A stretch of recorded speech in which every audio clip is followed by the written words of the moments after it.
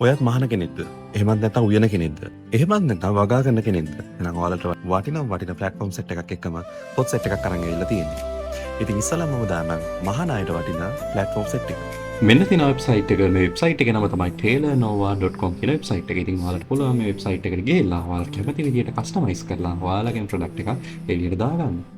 මෙන්න තියෙන අනිත් වෙබ්සයිට් එක. කලිමුත් මම දැම්මා freesowing.org. ඉතින් ඔයාලට මෙතනමුත් පුළුවන් ඔයාලා කැමති පැටර්න් ස්ටයිල් එකකට ඔයාලගේ ප්‍රොඩක්ට් එකක් එළියට දාන්න. ඉතින් ඔයාලට කැමති විදිහට කස්ටමයිස් කරලා කලින් වගේම ප්‍රොඩක්ට් එකක් අප්ලෝඩ් කරලා PDF ෆයිල් එකක් PNG එකක් විදිහට අවුට්පුට් එකක් දාගන්න පුළුවන්. දැන් මම දාන්නම් උයන අයට වටින ප්ලැට්ෆෝම් සෙට් එක. මෙන්න මේ වෙබ්සයිට් එකට ගියාට පස්සේ ඔයාලට පුළුවන් ඔයාලගේ ගෙදර ෆ්‍රිජ් එකේ තියෙන කෑම අරගෙන ඔයාලට කැමති රෙසිපි එකක් පාවිච්චි කරලා ඔයාලගේම කෑම හදාගන්න. ඉතින් මෙන්න මේ වෙබ්සයිට් එක ගොඩාක් ඉන්ටරැක්ටිව්. මෙන්න මේ විදිහට ඔයාලට කැමති කෑම එකක් කැමති රෙසිපි එකක් එක්ක හදාගන්න පුළුවන්. මෙන්න මේ විදිහට පෙන්නනවා.